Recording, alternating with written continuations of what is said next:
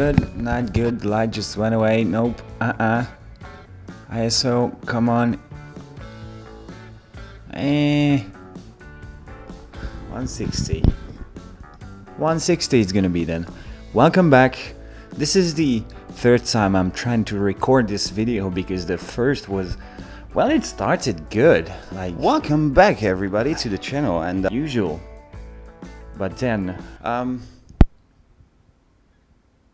yeah, not good. So this is the second time or the third or whatever. Let's call this the second time I'm trying to record this video. Welcome back people, and thank you for tuning in. This is the first proper video of 2021 because the last one I put out I actually recorded in 2020, so that's why you didn't get any New Year's welcomes and stuff like that. So Happy New Year's, and I hope you had a Merry Christmas. And something happened to this phone. Oh Jesus. Alright, so let's get into the video before something else goes wrong. I've written some... what is that? I've written some notes here. I don't know if you can see it. Oh, come on. Come on, Canon. That's it. So those are my notes for the video, just to remind me of what I should talk about, because I can talk about anything, trust me. And to keep counting, so yeah, probably I'm gonna watch this screen or the flippy screen of the 6D.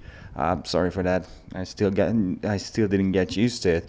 This is going to be about street photography, because I just realized that I have 10 videos on my channel and none of them are street photography related. But street photography actually is my favorite kind of photography and I've never talked about it, so let's get into it. Tip number 1 is going to be the gear. All about the gear. Honestly, it doesn't matter. It doesn't matter what you use. If you have a 1DX Mark II, if you have a Nikon D5, light's coming back again. Jesus. And it's going away again? Whatever. If I'm overexposed or underexposed, well, sorry.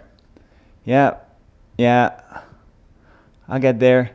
Okay, so gear doesn't matter. If you have a 1DX Mark III, if you have a Nikon D5, if you have a Z7 II, if you have like something old, something film, and by all means, yes, go out and use your film cameras because they're awesome. It doesn't matter. If you have a smartphone, go out with your smartphone and shoot with your smartphone. People create amazing things using smartphones nowadays. Not today, not just today, but I'm sure someone's out there today with a smartphone creating amazing things. Anyways, the point I'm trying to make, the gear really doesn't matter. Lenses wise, you can use whatever. I'm not really the guy who says, oh, this is the only type of street photography that exists. Nope, I think pretty much a lot exists. You can do whatever. Grab a camera, grab a lens, go out, shoot, because that's what it's all about. Tip number 2. You're out on the streets, photographing strangers, pretty much. So if you have moral questions about it in your mind, you better clear that up before anything happens. So do it at home. Ask yourself why everything is so noisy when I'm trying to record a video.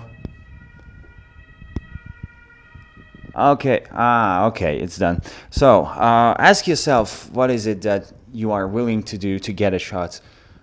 Do you want to jump in front of people like Bruce Gilden did or does? Do you want to like creep up on people? Do you want to just camp somewhere and wait until someone walks into the shot? So you have so many options. You can either show people's faces or you don't show people's faces. That's your choice, whatever works for you. But if you have doubts about the ethics of street photography, clear that up at home, because on the streets you're not going to have time to do such things. You are out there to shoot. So point 3 is laws. Laws of street photography. Okay, now laws are different in each and every country. Maybe they vary in different states either. I don't know. All I know is that in Hungary, I can photograph people on the streets if I don't publish them. So I can include faces, I can include them wearing certain types of clothes, I can photograph masses. If people are walking in masses, I can legally photograph them and publish those works as long as someone is not displayed as an individual, if it makes sense. But if you can't recognize someone, like because masks and COVID, well, then you can legally post that image here. But street photography has always been this gray zone because, well, first of all, me, myself, I rarely get asked about what I'm doing on the streets. You know, people are too busy with their own lives and they tend to not care about what you're doing with your camera on the streets. So photographing strangers, I think it's fine. Nobody's gonna care.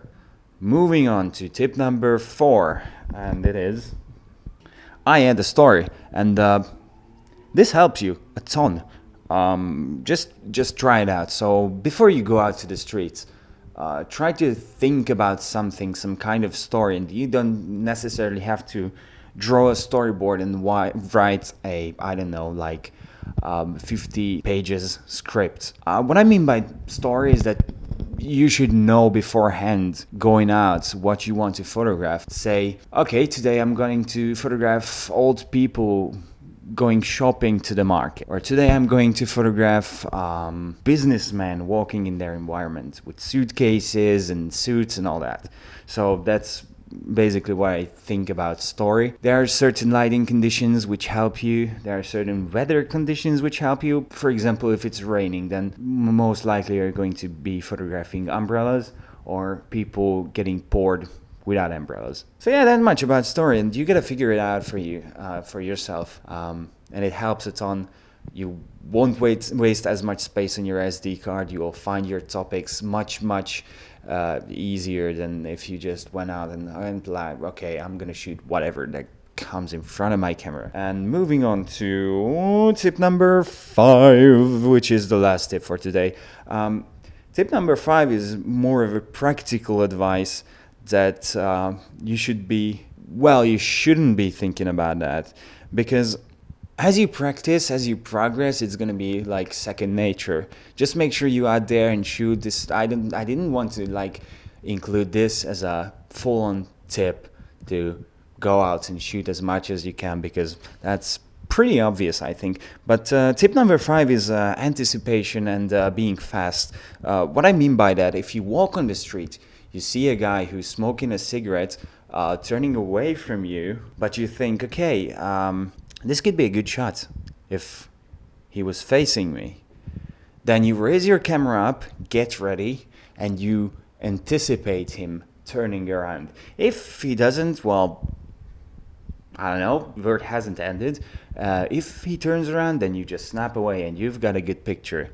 That's what I mean by anticipation. And being fast, I basically think about having your camera ready at all times.